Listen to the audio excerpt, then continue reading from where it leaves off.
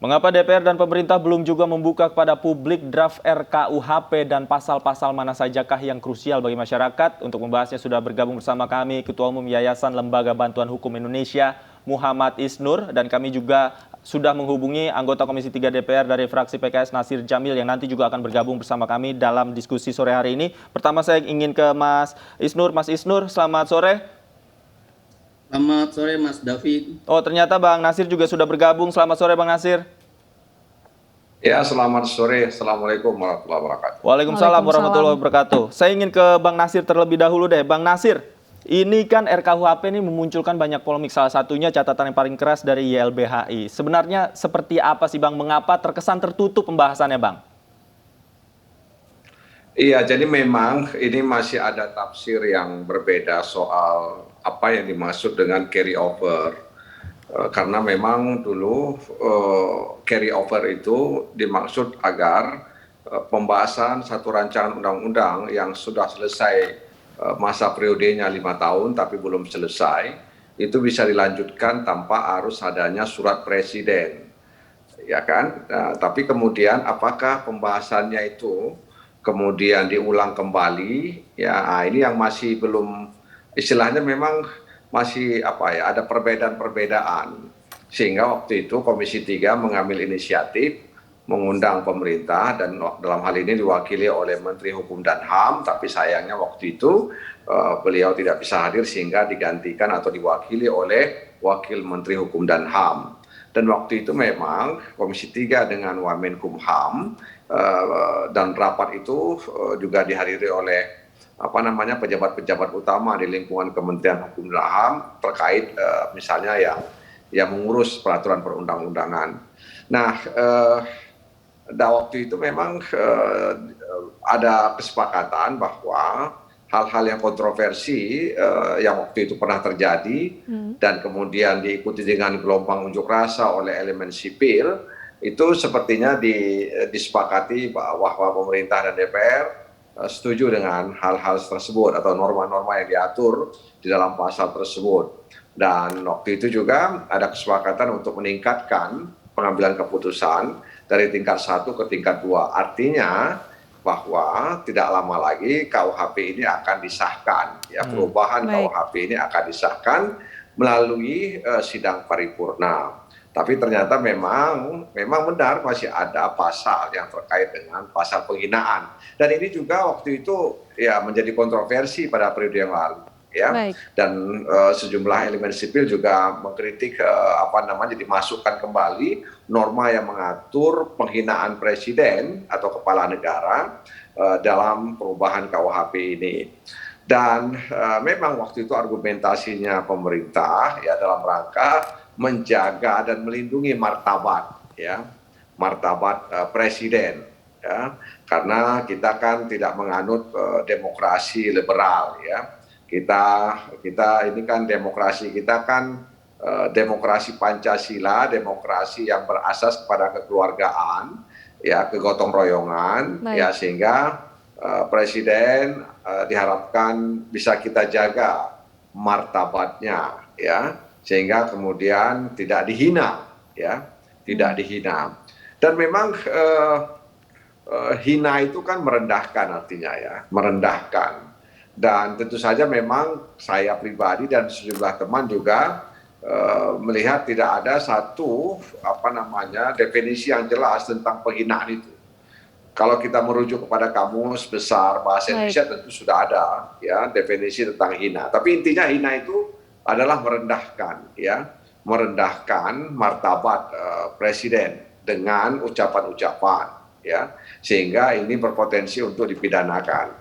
Memang ada perbedaan, kalau pada KUHP yang lama itu deliknya delik umum, maka pada KUHP perubahan ini dilakukan dengan delik aduan, artinya tidak bisa langsung dieksekusi kecuali ada pengaduan dari orang yang bersangkutan.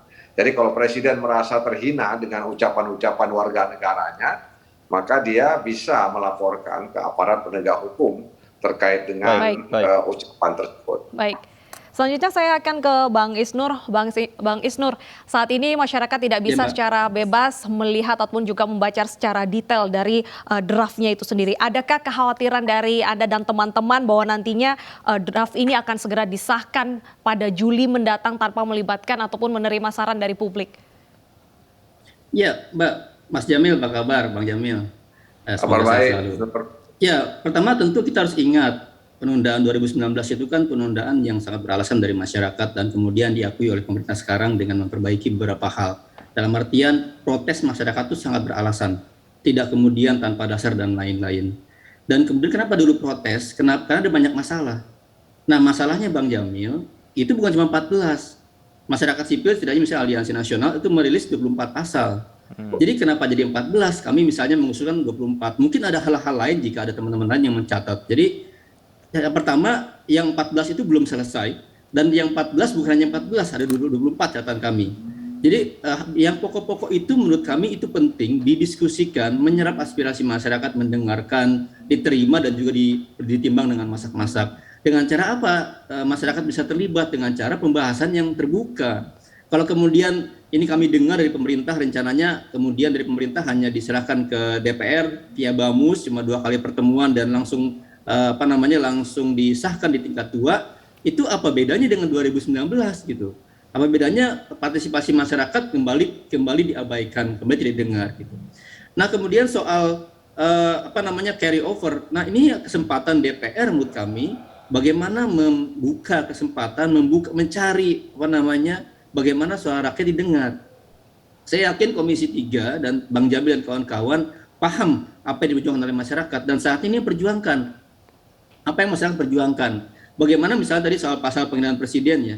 Ini kan Bang Jamil bilangnya demokrasi Pancasila. Justru ini kan kita mengambil putusan MK.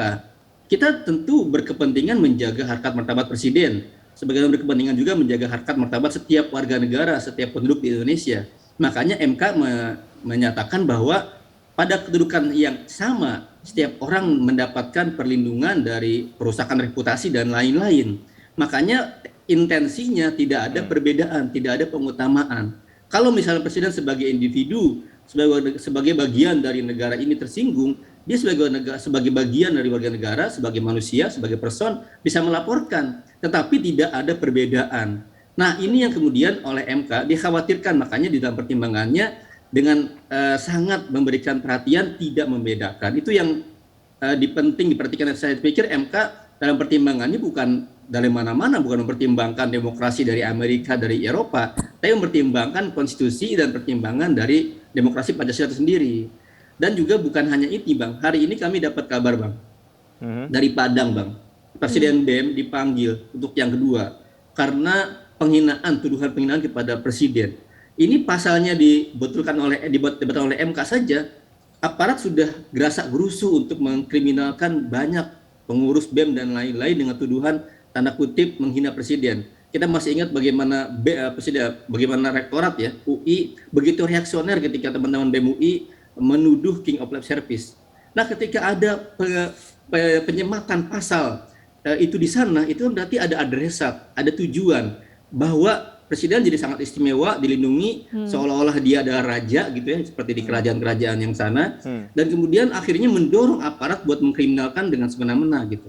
Oke. Nah, kami khawatir dengan menaikkan ini kita akan mengkhianati putusan MK dan juga mengancam banyak demokrasi lainnya. Itu Bang Jamil. Oke, baik. Saya ke Bang Jamil. Bang Jamil langsung saja ditanggapi, apakah betul selama ini aspirasi-aspirasi seperti yang dikatakan oleh Mas Isnur ini tidak diserap oleh Komisi 3? Iya, jadi memang begini, sebelum sampai ke situ, saya ingin sampaikan bahwa ini memang salah satu resiko masalah-masalah yang kita temukan dalam demokrasi perwakilan, bahwa keinginan rakyat itu belum tentu sama dengan keinginan wakil rakyat, ya. Maksud saya anggota parlemen, dan itulah masalah demokrasi perwakilan kita, ya. Nah, karena itu kan memang harus ada upaya untuk menyamakan ya persepsi, menyamakan visi terkait dengan hal-hal yang diinginkan oleh masyarakat. Nah, karena itu untuk mengurangi kesenjangan dan mengurangi resiko dalam kehidupan demokrasi saat ini, maka saya sudah menyarankan kepada pemerintah dan DPR agar perubahan KUHP ini jangan buru-buru untuk disahkan dalam paripurna, tapi dibuka kembali kepada masyarakat atau dengan mengajak masyarakat elemen sipil yang berkepentingan, ya, sehingga kemudian mereka bisa memastikan bahwa produk hukum ini sejalan dengan semangat demokrasi, dan itu sudah kami sampaikan kepada pemerintah. Ya, mudah-mudahan saja DPR dan pemerintah lebih arif dan bisa menerima aspirasi masyarakat ini sehingga KUHP itu, ya, dalam tanda kutip itu dibicarakan kembali dengan melibatkan masyarakat sipil. Toh tidak ada ruginya. Bahkan kita beruntung karena kita bisa mematangkan KUHP ini karena kita tahu bahwa KUHP ini produk kolonial dan sudah puluhan tahun kita menggunakan KUHP, sementara di negaranya sendiri, di Belanda, KUHP ini kami dengar sudah tidak dipakai lagi. Nah, karena itu kita berharap memang pemerintah dan DPR, sebagai anggota DPR saya sudah menyampaikan itu kepada pemerintah dan pimpinan DPR agar membuka ruang untuk partisipasi masyarakat, ya. Seperti memang saya sampaikan tadi, penghinaan itu memang sangat subjektif, ya. Tapi kemudian pemerintah berargumentasi itu dipagari dengan delik aduan, ya. Begitu. Jadi ada pagarnya, yaitu delik aduan. Sehingga ya tidak kemudian aparat penegak hukum menindaklanjuti atau berusaha untuk mengeksekusi terkait kalau misalnya ada ucapan-ucapan yang menghina presiden. Jadi pagarnya itu adalah delik aduan. Baik, tadi Bang Nasir mengatakan jangan buru-buru dulu tapi juga menyerap aspirasi dari publik. Saya ke Bang Isnur, selain tadi Anda mengatakan pasal penghinaan presiden yang harus disoroti, pasal apa lagi yang menurut Anda harus segera mendapatkan revisi?